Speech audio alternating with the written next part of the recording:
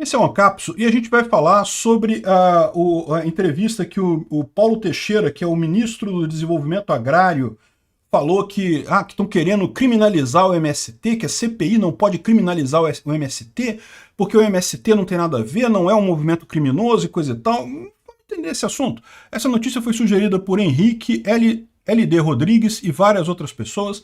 Obrigado aí ao pessoal que sugeriu a notícia, obrigado a você que está assistindo o nosso vídeo. Se você gosta do nosso conteúdo, por favor, deixe o seu like, se inscreva aqui no canal, né? Então, o que está acontecendo, né? Vocês sabem que a CPI do MST está funcionando muito bem, está expondo um monte de coisa lá no Congresso, realmente está boa de acompanhar a CPI do MST. E um dos pontos que foi colocado é justamente esse, né? A questão de que o MST tem invadido terras. E a grande questão que ninguém sabe explicar, por que durante o governo Bolsonaro o MST parou de invadir terras? Qual que era a lógica disso daí? Que ele invade terras só no governo de esquerda, não invade em governo que não é de esquerda. Que lógica foi essa, né? Porque o que dá a entender, ou pelo menos é assim que eu vejo a coisa, né? Parece que eles invadem terra como parte da propaganda do governo. Eles são, na verdade, um braço armado da esquerda.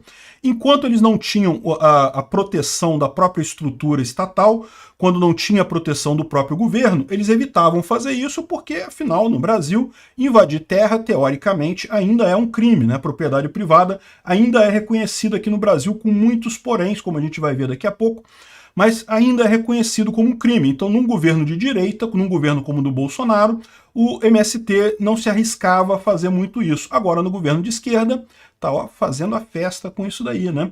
E aí vem o cara aqui e fala assim, ó, não há contradição entre a ação do MST e o agronegócio. É lógico que há. Uma base fundamental do agronegócio é o direito de propriedade. Todo mundo sabe que essa é, desde épocas ancestrais, o grande desafio, o primeiro desafio de qualquer negócio no campo, seja criação de gado, seja plantação, seja o que quer que seja. Você precisa ter a terra demarcada, você precisa ter a sua área em paz para você poder cultivar aquilo ali e colher os frutos daquilo que você plantou, né? Então, sim, a propriedade privada é um princípio basilar do agronegócio brasileiro. E o MST vai justamente contra esse princípio, porque se eles invadissem áreas que efetivamente não são usadas, era outra história. Mas não existe isso, já não existem mais áreas não usadas no Brasil. Tudo quanto é área que tem aí, o pessoal planta, faz alguma coisa, não tem mais essa. As únicas áreas que tem que não são usadas são aquelas que pertencem ao governo federal. Aí você encontra um monte de área sem ser usada porque pertence ao governo, ninguém faz nada, fica aquela coisa lá. Propriedade privada, ninguém mais deixa nada parado, né?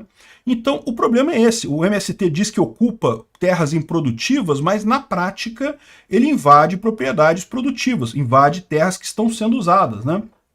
Enfim, aqui ó. Ele falou aqui que não tem medo de ir à Câmara falar do MST porque eles têm muitas virtudes. Está trabalhando para a produção de alimentos saudáveis. Vocês viram? Recentemente saiu um estudo da Universidade Federal de Santa Maria dizendo que o arroz orgânico do MST não seria orgânico de verdade, né? E depois desmentiram, falaram que mudou, que não é isso, que o estudo não comprova nada, que teve contaminação e não sei o que lá. Não sei. A minha visão nesse negócio é o seguinte, cada um deve ser livre para comprar o que quiser.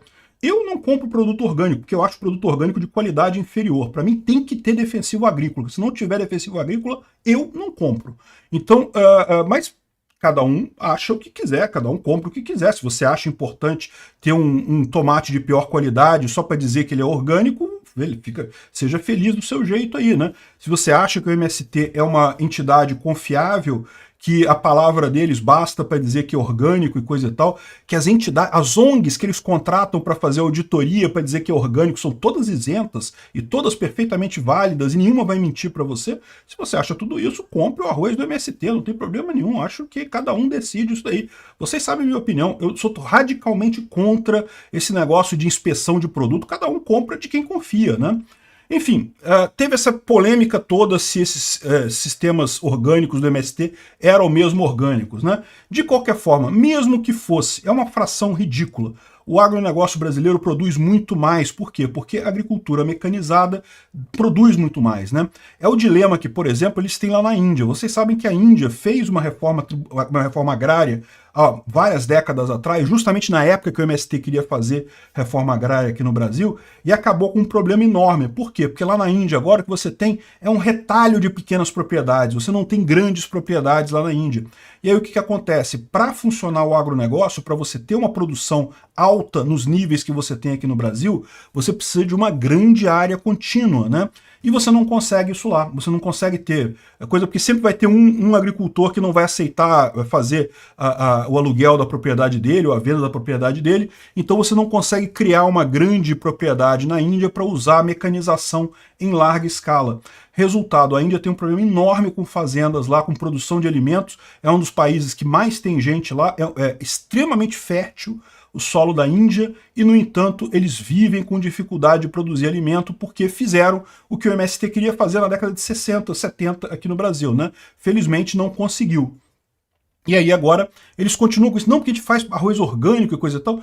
E eu acho legal, quem tem propriedade pequena e produz uma coisa com diferencial, eu acho lindo, pô, vende aí. Se você confia, quem confia, compra, né? Eu não compraria arroz do MST, mas se você confia, você compra. Agora, o ponto central é isso daqui, ele fala, não, que eles estão agregando valor na produção por meio de cooperativas e coisa e tal, e no final das contas a CPI se tornou um palco para a guerra, para aumentar as tensões no país, porque não há contradição entre o MST e o agronegócio. Já expliquei, assim, há uma contradição fundamental, que é a questão da propriedade privada, né? E justamente isso está acontecendo agora. Olha só, a Justiça Mineira, agora, olha só, foi agora no início de junho, ela deu posse de terra a invasores do MST no caso de uma usina produtiva, uma área produtiva, que a usina faliu e no meio da massa falida lá, o pessoal do MST ocupou o espaço da usina e agora ela reconheceu a posse da usina. E repara, posse não é o mesmo de propriedade no ordenamento jurídico brasileiro, tá? Tem uma definição diferente, né?